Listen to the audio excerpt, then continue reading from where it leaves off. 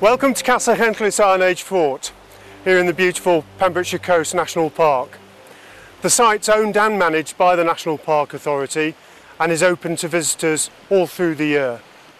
The fort itself is up on the hill amongst the trees over here and is one of many Iron Age forts in Pembrokeshire. What makes this one special is that for the last near 30 years it's been excavated by archaeologists. And where archaeologists have found evidence of Iron Age roundhouses and other structures, we've reconstructed them on their original foundations.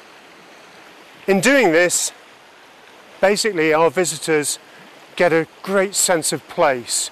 When they walk into the roundhouses up on the fort, they're walking into spaces that were occupied by people over 2,000 years ago. The Iron Age started in Wales around about 650 BC, so well over 2,000 years ago, and it extended for many centuries, right up until about the time of Christ. Castell Henllys is sited in the north of Pembrokeshire Coast National Park, near Newport, in West Wales. And what we have here for visitors is, apart from the site itself, which has a number of roundhouses that have been reconstructed, we've got livestock from the Iron Age for people to see. We put on many events throughout the year. We also have a gift shop and an education centre cum exhibition centre. Castell Henllys was privately owned up until 1991 when the National Park Authority was able to purchase it.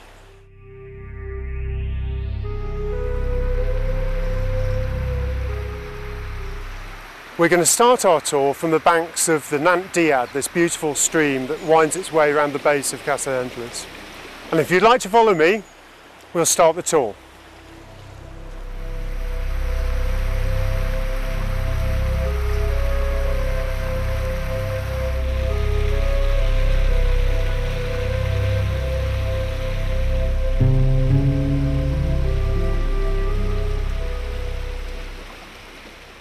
We're actually sited now at the very outermost rampart of Castell Henllys, and you can't really see it anymore, but it's over there to the right.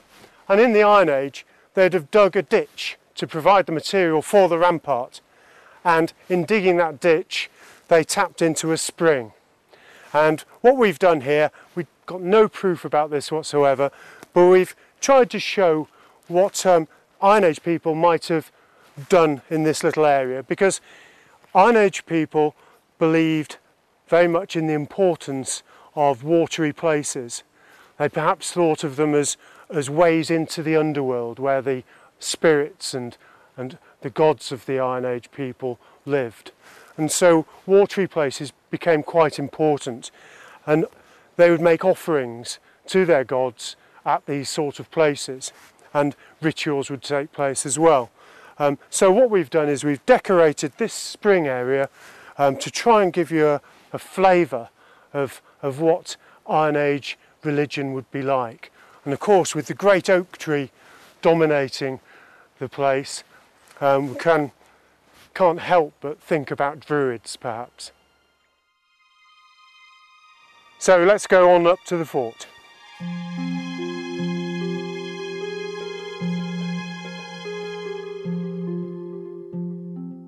We've walked up here from the spring and we're actually on the top of the fort now, and all around us there would have been roundhouses like these. The fort itself though is on a promontory, a piece of land that's sticking out the side of the valley, and they chose this because it is easy for them to defend, but also it was very visible from the local surroundings. So everybody who lived in the area around would be able to see the fort, and the people in the fort would be able to see them. And so it's a sense of status. The people who lived up here were the people in charge. They're members of the local aristocracy or clan leaders. And what they did was they surrounded this spit of land with great earthen ramparts and ditches in front of them. And on top of the ramparts they built palisades or wooden fences to keep out their enemies. And so in the Iron Age this would have been a spectacular place to see. But also it would be a very smoky place. You can imagine there might have been as many as 12 roundhouses here, all in this small area. You see around there to where the gateway is, the fort would have been packed with roundhouses. So try to imagine what it would have been like.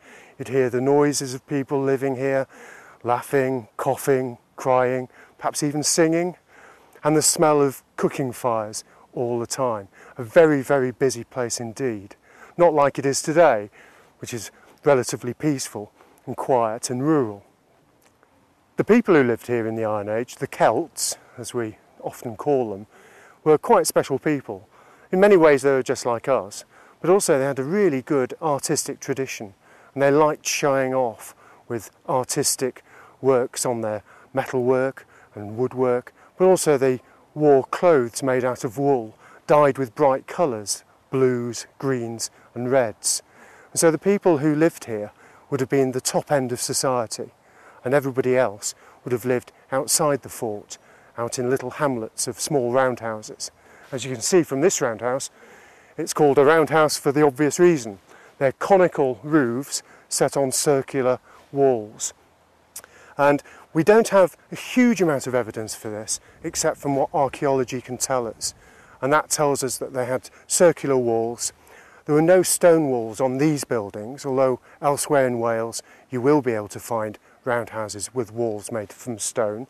These were made from timber, from oak and hazel, and with thatched roofs. Now here, on the roundhouses here, you'll see we've used water reed, which is the top end material. But outside in the landscape, people would have built roundhouses and roofed them with any material they could get hold of. This could be wheat straw from crops, or it could even be bracken and heather, those sort of things. What we'll do is go into one of those roundhouses and have a look at what all the materials that are used in construction.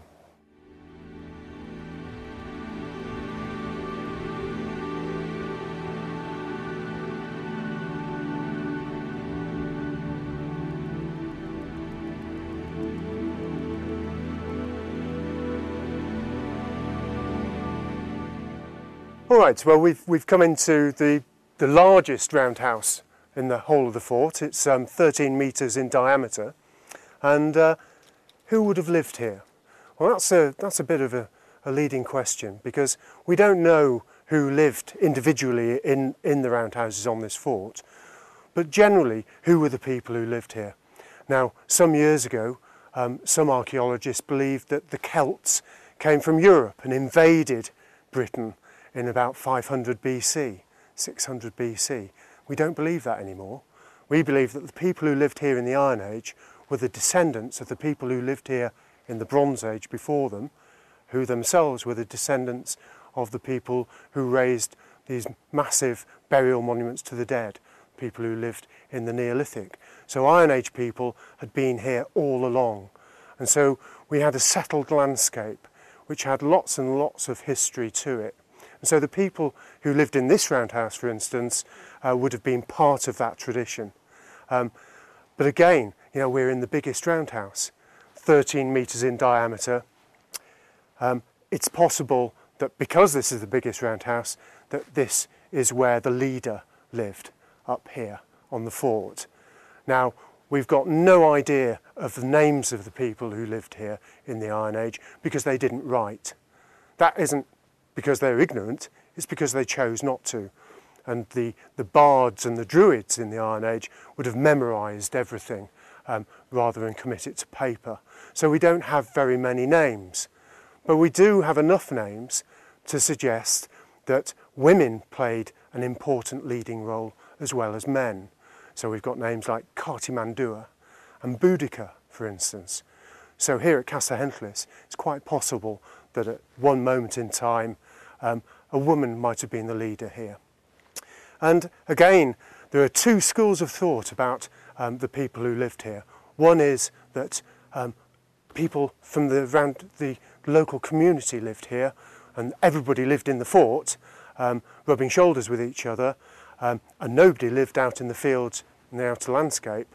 And the other school of thought is that it's just the leaders who lived here, and their retinue, that is their extended families and their servants and possibly slaves. We know that in the Iron Age slavery was quite common. So the cross-section of humanity would have been up here, but principally Castell Henllys would have been the home of the local leader. So everything in it is to a top standard, and so behind me you'll see carved wooden benches, beautifully woven cloaks and rugs, and various tools of the trade. For instance, over here we have the loom, and in the Iron Age you couldn't go to Marks and Spencer's and buy yourself some clothing. You had to have it made, and that made it a little more valuable.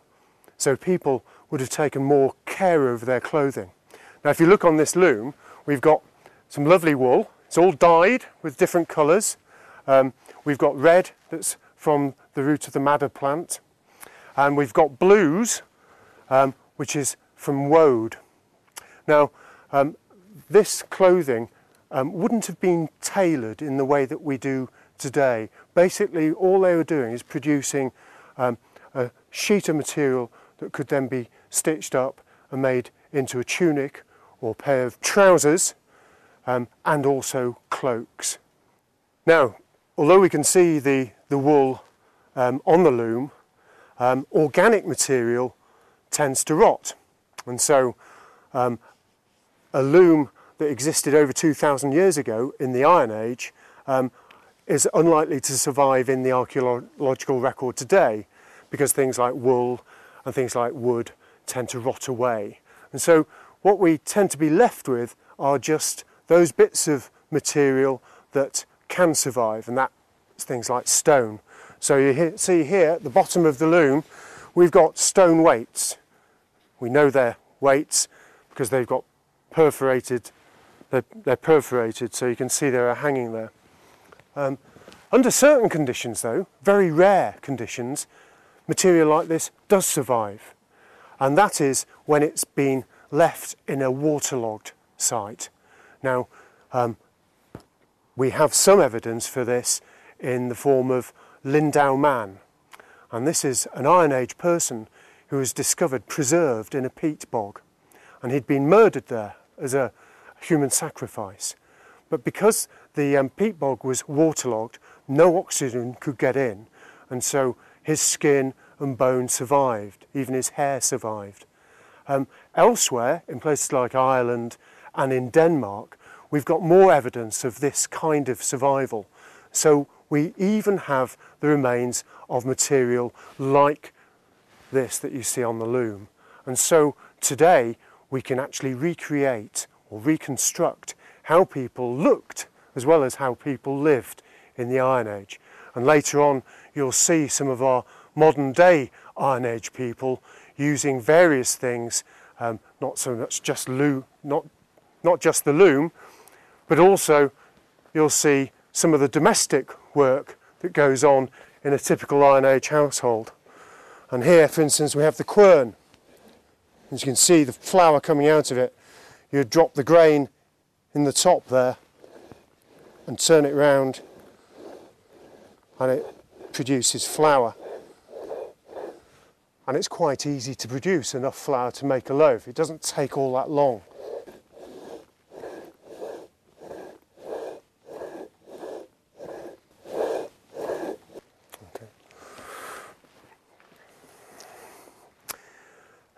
Also in the Iron Age, but also much earlier than the Iron Age, they used a different method of grinding grain. So that is called a rotary quern, for obvious reasons. The top rotates. This is called a saddle quern. And here, all you can do is grind the grain using a stone like this. Very much harder work.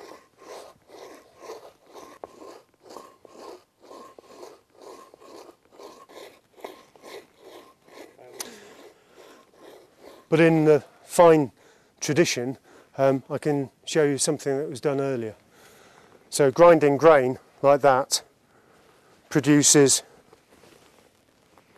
flour, which has tiny bits of stone in it from the grinding process. And this isn't just prehistoric, but also in the medieval period, the teeth of people who ate a lot of this bread wore down quite a lot from the stone that's in it. But as you can see, that's nice flour. Now, in order to keep the grain that provides the flour very dry, there's a special building on this site, and it's something we see on a lot of Iron Age sites, and we call them four-posters. And that is, they're structures with 4 post holes, and we think that those post holes are for posts that keep the building up off the ground, and that means there's good circulation of air, and the contents of that building or food store is kept nice and dry. And it's also possible that they're off the ground to stop rodents getting in amongst the grain as well.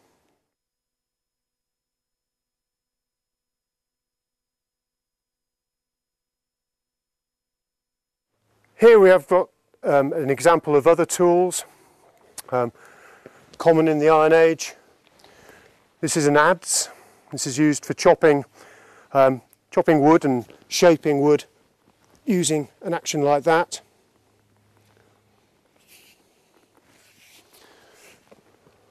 Various other things. An axe. This is actually from a site, or copied from a site in England called Danebury. And you can see from its shape, if you've ever tried chopping wood, this is an ideal way of doing it because it's a wedge basically. And here we have something that is similar to a find from Castell Henllys itself, which is a reaping hook. And this is used for reaping corn. In the Iron Age they grew wheat, but they tended to harvest it by cutting the tops off rather than using the bottom. They didn't have a scythe in the Iron Age, so they used reaping hooks or sickles instead. Various other tools. This is the biggest saw that we seem to have for the Iron Age, and this is a pull saw, so it only cuts when you pull it. We use these today in managing our woodlands to cut small branches off. And last but not least of this collection, we found a number of pieces of antler. This is from a red deer, and they used these as pickaxes, not just to hit the ground, because that's, you wouldn't think they'd survive very long, but using them to lever stones out of the ground. So the big ramparts that you see around Castell Henllys, the ditches that provide the material for the ramparts were dug out using tools like this, and they work extremely well. The tine, which is this part of the antler, is very, very hard wearing and lasts for a long, long time. And people were using these as pickaxes, or antler picks as we call them today, right from the Neolithic period up until the Iron Age.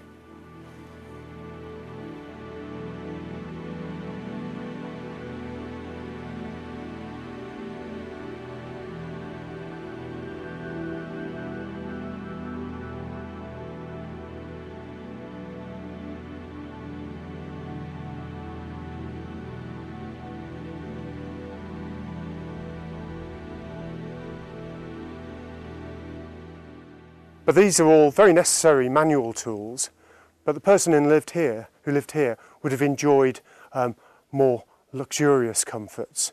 As you see behind me,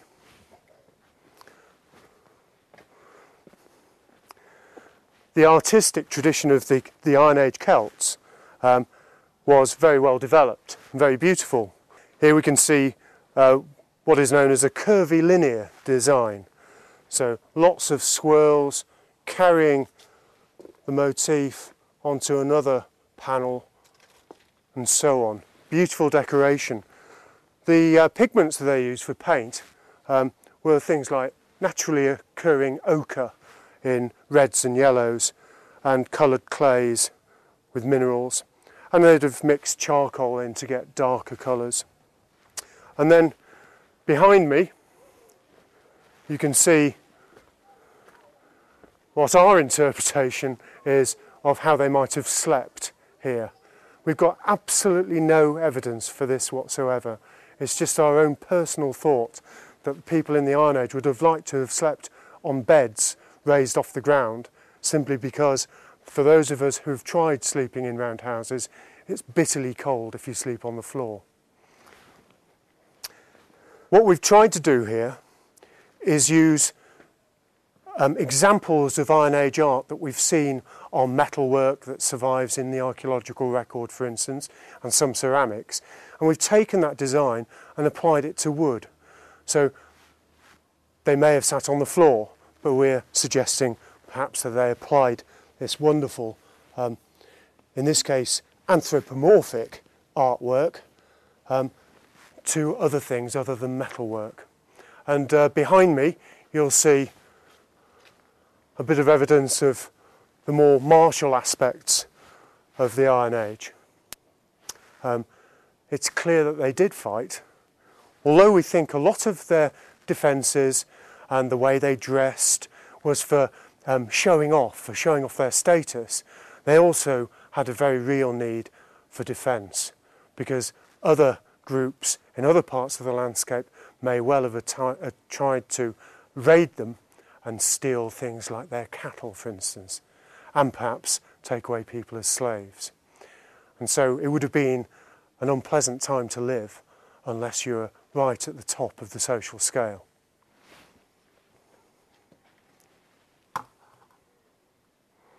What I'd like to do now is show you this fine cauldron, which they may well have had a nice stew bubbling in over the fire in the central hearth.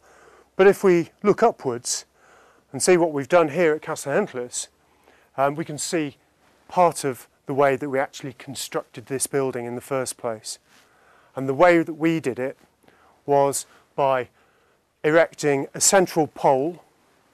We held it up with ropes, like you would a circus pole. It didn't go into the ground, it was resting on a lump of slate. And then what we were able to do is use that central pole to construct the roof around it. So the most important part of the roof is this central ring beam, and that braces the timbers that go to form the roof. We used over 30 oak trees in the construction of this building. So what you might say is, when you decide to build an Iron Age house, the first thing you have to do is plant the acorn to start off the trees growing. In the same way as if you want to make yourself a cloak, the first thing you do is feed the sheep that's going to provide you with the wool. And so we've estimated that to grow oak rafters this length would have taken between 25 and 30 years. But that's not just leaving the oak tree to grow on its own. They had to be carefully managed. And we think these supporting rafters would have been from coppiced oak.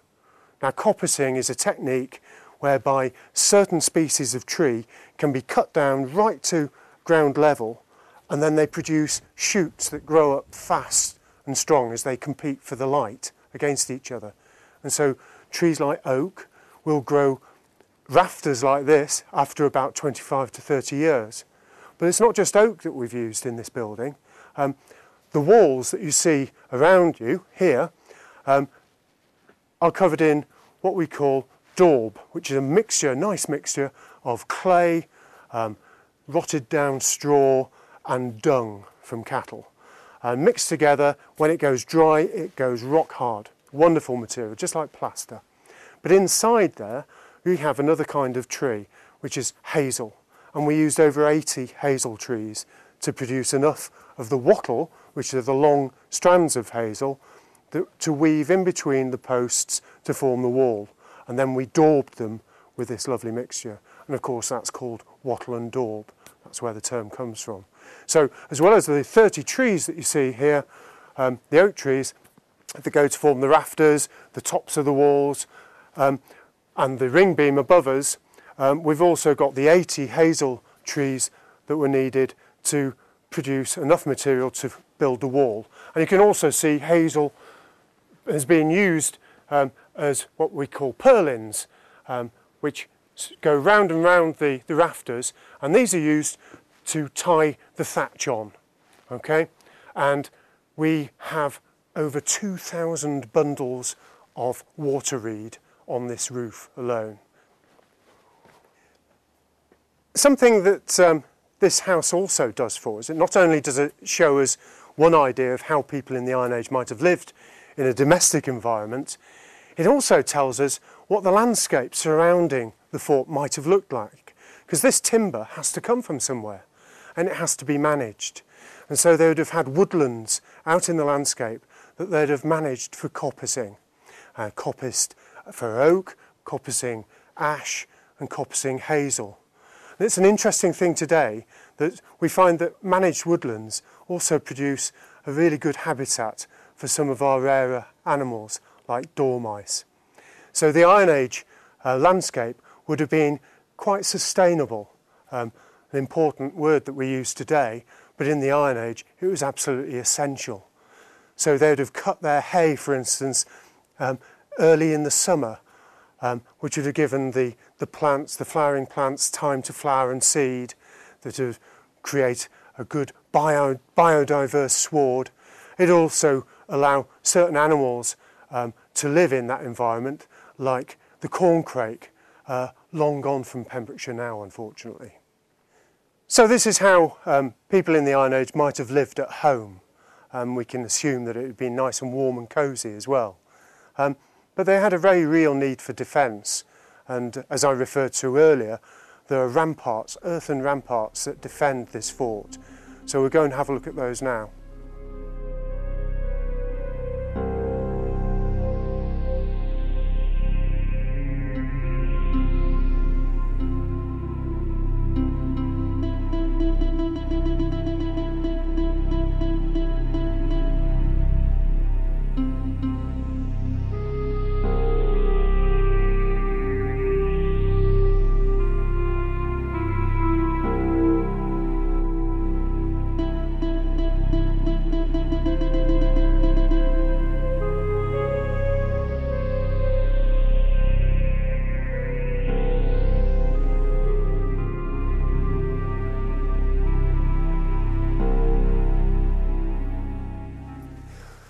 What I'm walking towards now is what would have been a side entrance into the fort in the Iron Age. And by here we can see a section through the great rampart that defended the top of the fort. You can also see the trees growing on it, and that wouldn't have been the case in the Iron Age. This is part of Castell Henllys that we're leaving over to nature. But in the Iron Age they'd have kept the trees off the ramparts and off the slopes either side, so that they could see anybody coming, but more importantly, so everybody could see them. This is what we believe now. There was a real need for defence, but principally great structures like this were produced to show how powerful the people who organised the work were. As we walk this way, we descend into the ditch that would have existed between the inner and the outer rampart.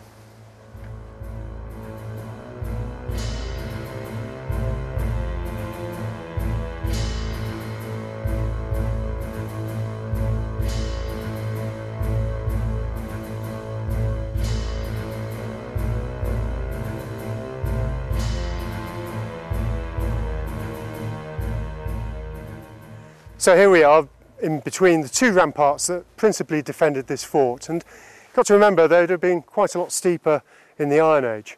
But here, some years ago, this rampart was excavated. We'll go and have a look. 7 years ago this rampart was sectioned. That was, section was cut through it to see how the rampart was built. And actually it demonstrated that the rampart itself hadn't eroded a great deal at all, because at the top of the rampart was a little slot, what we call a palisade trench. And this slot continued along the front of this rampart and would have held a wooden palisade. You can imagine quite nicely made oak timbers, upright oak timbers, perhaps with cross pieces to brace them, all along the front of the rampart, whereas the rampart that we've just seen up there probably didn't have one. So as I've said before, these earthworks were principally to show off the power and strength and status of the people who were able to commission them to be built. But they had a real need as well, because behind the site of the gatehouse to this fort was found over 2,000 slingshots, and they were there as the principal defence from behind the ramparts.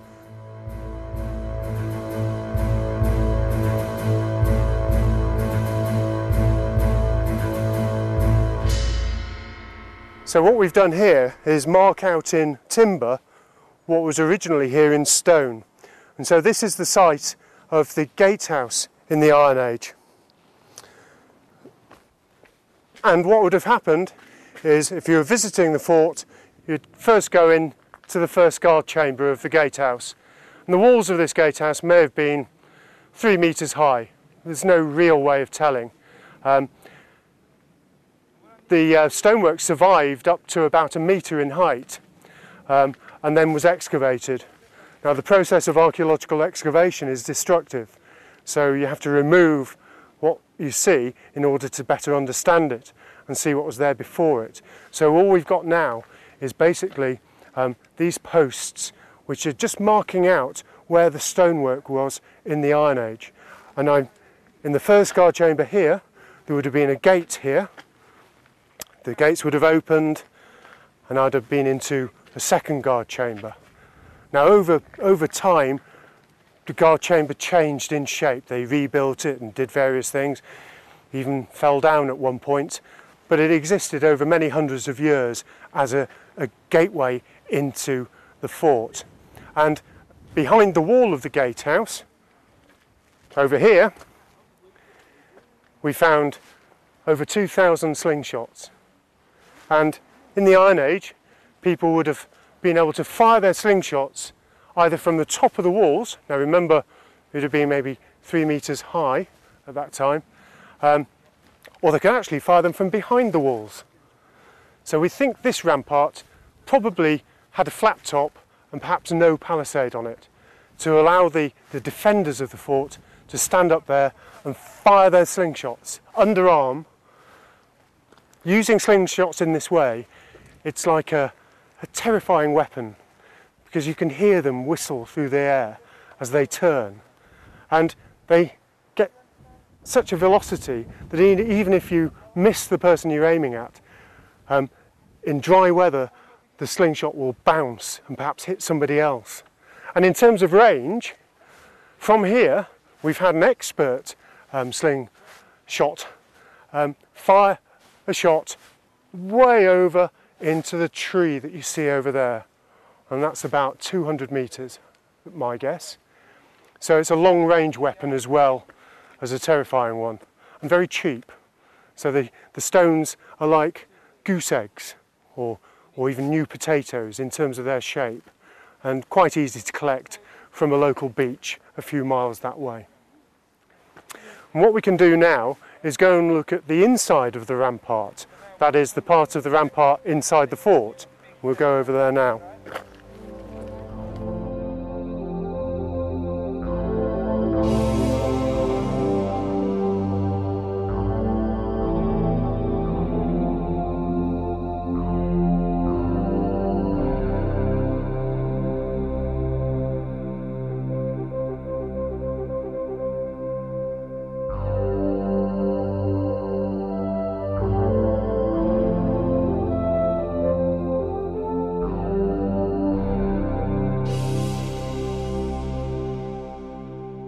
So again, we had a section cutting through the rampart here, which actually missed this piece of stonework completely. It was only a later season of excavation that actually uncovered this wonderful dry stone walling, which would have acted as a sort of revetment to the top of the rampart and would have carried on all the way round to the side entrance where I was earlier.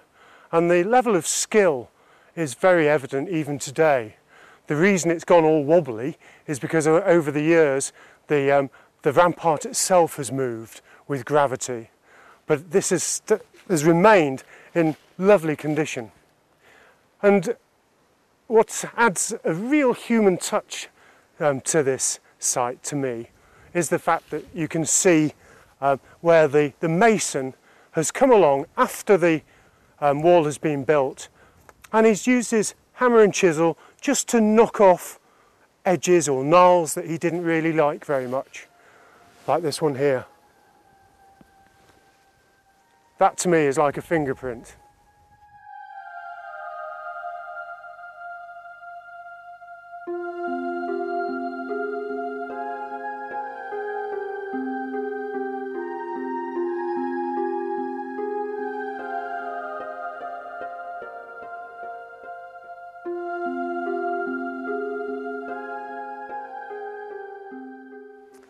So if we go and look in this roundhouse, you'll see how cosy these buildings can be if they've got a nice fire inside them.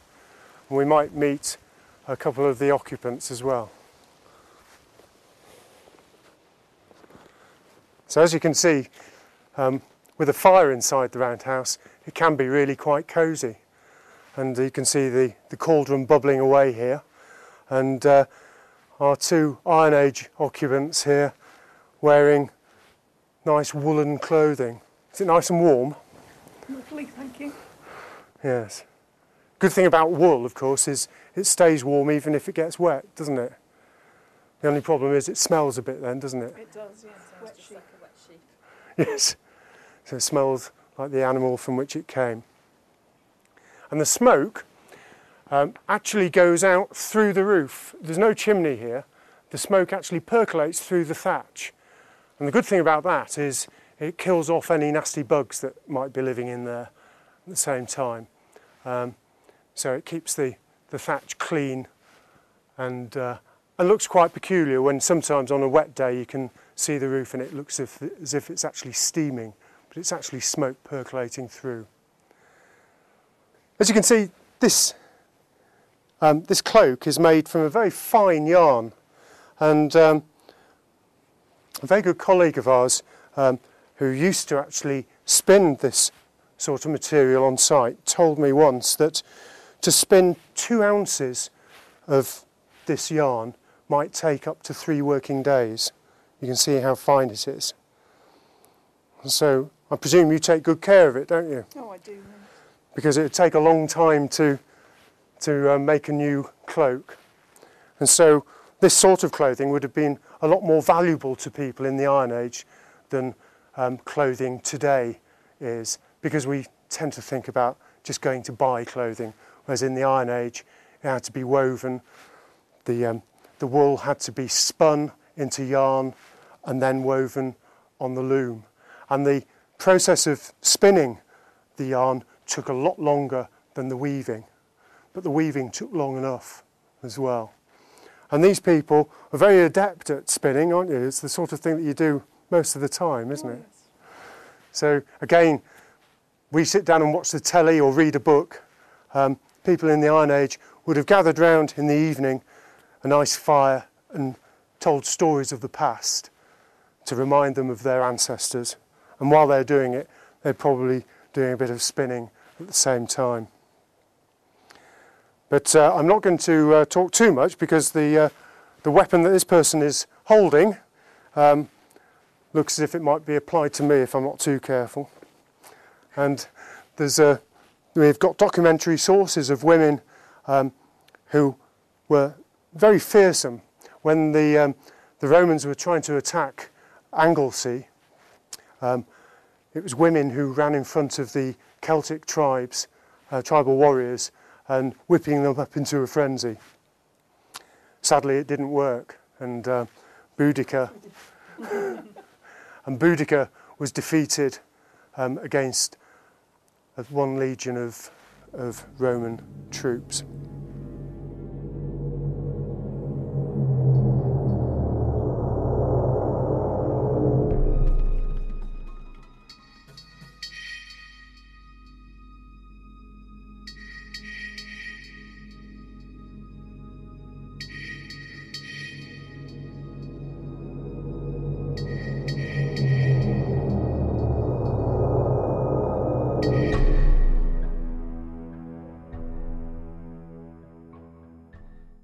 Well, as you see, the other three roundhouses are rather large, and this one, as you can see, is quite a lot smaller, but it's still built in the same way, the same methodology. We've got the rafters and the ring beam all around a central post which has helped tie up the roof together. Okay, and the materials are the same. On the walls we've got a different type of art. This is the kind of art that you would get in rock art in Sweden in the Iron Age. And we've used it here just to show how a blacksmith might have wanted to decorate his house. So in the Iron Age, we don't think that forts like Castell Henllys would have had their own blacksmith. We think instead a metal worker would travel from fort to fort plying his trade. And so this roundhouse, you can see we've made it look a little bit like a forge. Now, trade in the Iron Age, particularly here, is quite uncommon. We get a little bit of pottery that has come from further east, but most of the material goods that are here have been made on site. So homemade things, but really skillfully done. This fort had to wait many years before it received any other significant traded objects. In fact, it was only with the coming of the Romans in the 1st century AD that trade routes seemed to open up for Castell Henllys. But open up they did, because as we excavated the site, so the area outside the main ramparts seems to have been built up as a farmstead, but a very well-to-do one.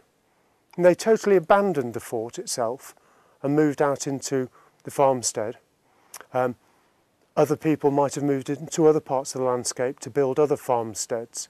But here at Castell Henllys, we get examples of Roman pottery coming in the first few centuries after the death of Christ. And the type of pottery I'm talking about is black burnished ware, which comes from Dorset, which actually would have been quite exotic for the people who lived here, quite a long way away indeed. And black burnished ware is, as it sounds, very dark pottery with crisscross patterns on it that might have been used for any sort of domestic use. But also they brought in amphora, which contained, perhaps during the Roman period, fish paste and that sort of thing coming in from, or even fish oil for lighting lamps, coming away all the way from the Roman world. And coming from what is now France, we get a beautiful red pottery which is called Samian ware, and we found some Samian ware on this site. And whereas in the Iron Age, if you broke a metal tool like a knife or something, you mended it, or you had it mended because iron was scarce. By the time we move into the Roman period, if something iron breaks, it gets chucked away. And of course that's great for archaeologists because they can then find them during excavation. During the Iron Age, there doesn't seem to be a great deal of evidence for trading. That is, we don't recognise things that are particularly different that you would suggest might come from a different area. It all seems much the same. But what these small groups in West Wales were doing, we're not too sure. The Romans called this tribal area the Demetai, although the people who lived and died at Castell Henllys probably didn't call themselves that. They probably thought of themselves as part of a clan-led system. And how did these forts relate to each other? Well, again, we don't really know. One idea is that they had arranged marriages from time to time, which would have been needed for small communities. So it could be that they lived in relative peace with one another, or it could be that from time to time they raided each other.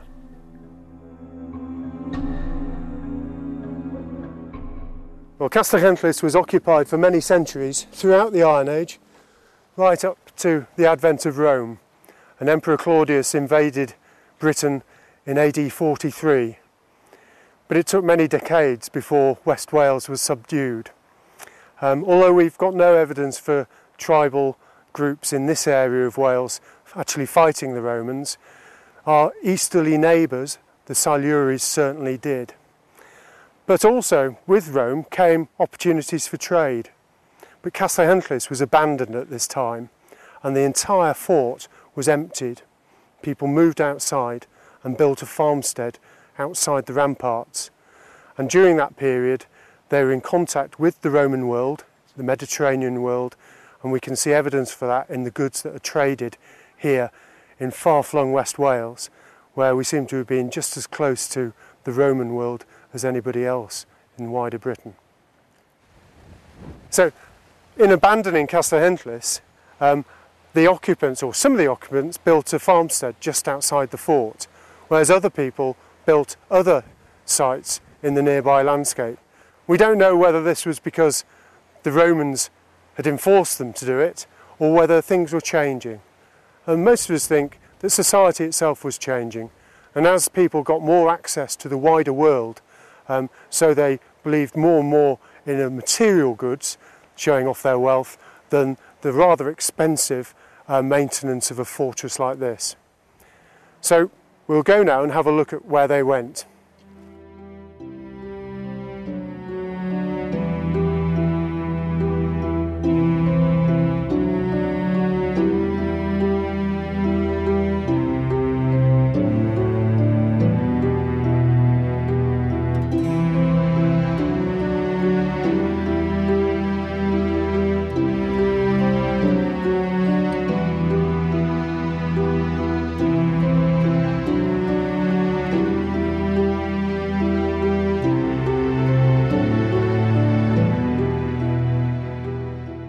The outer rampart of the fort, as you can see, is not as steep as it was, and where I'm standing now, I would be in the actual ditch of the rampart.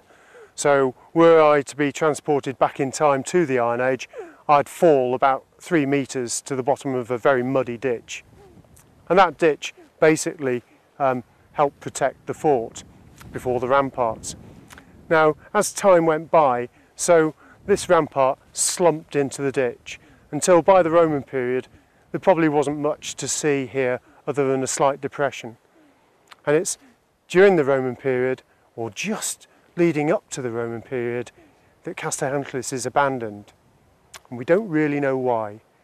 It might have been social change, it could be the coming of the Romans.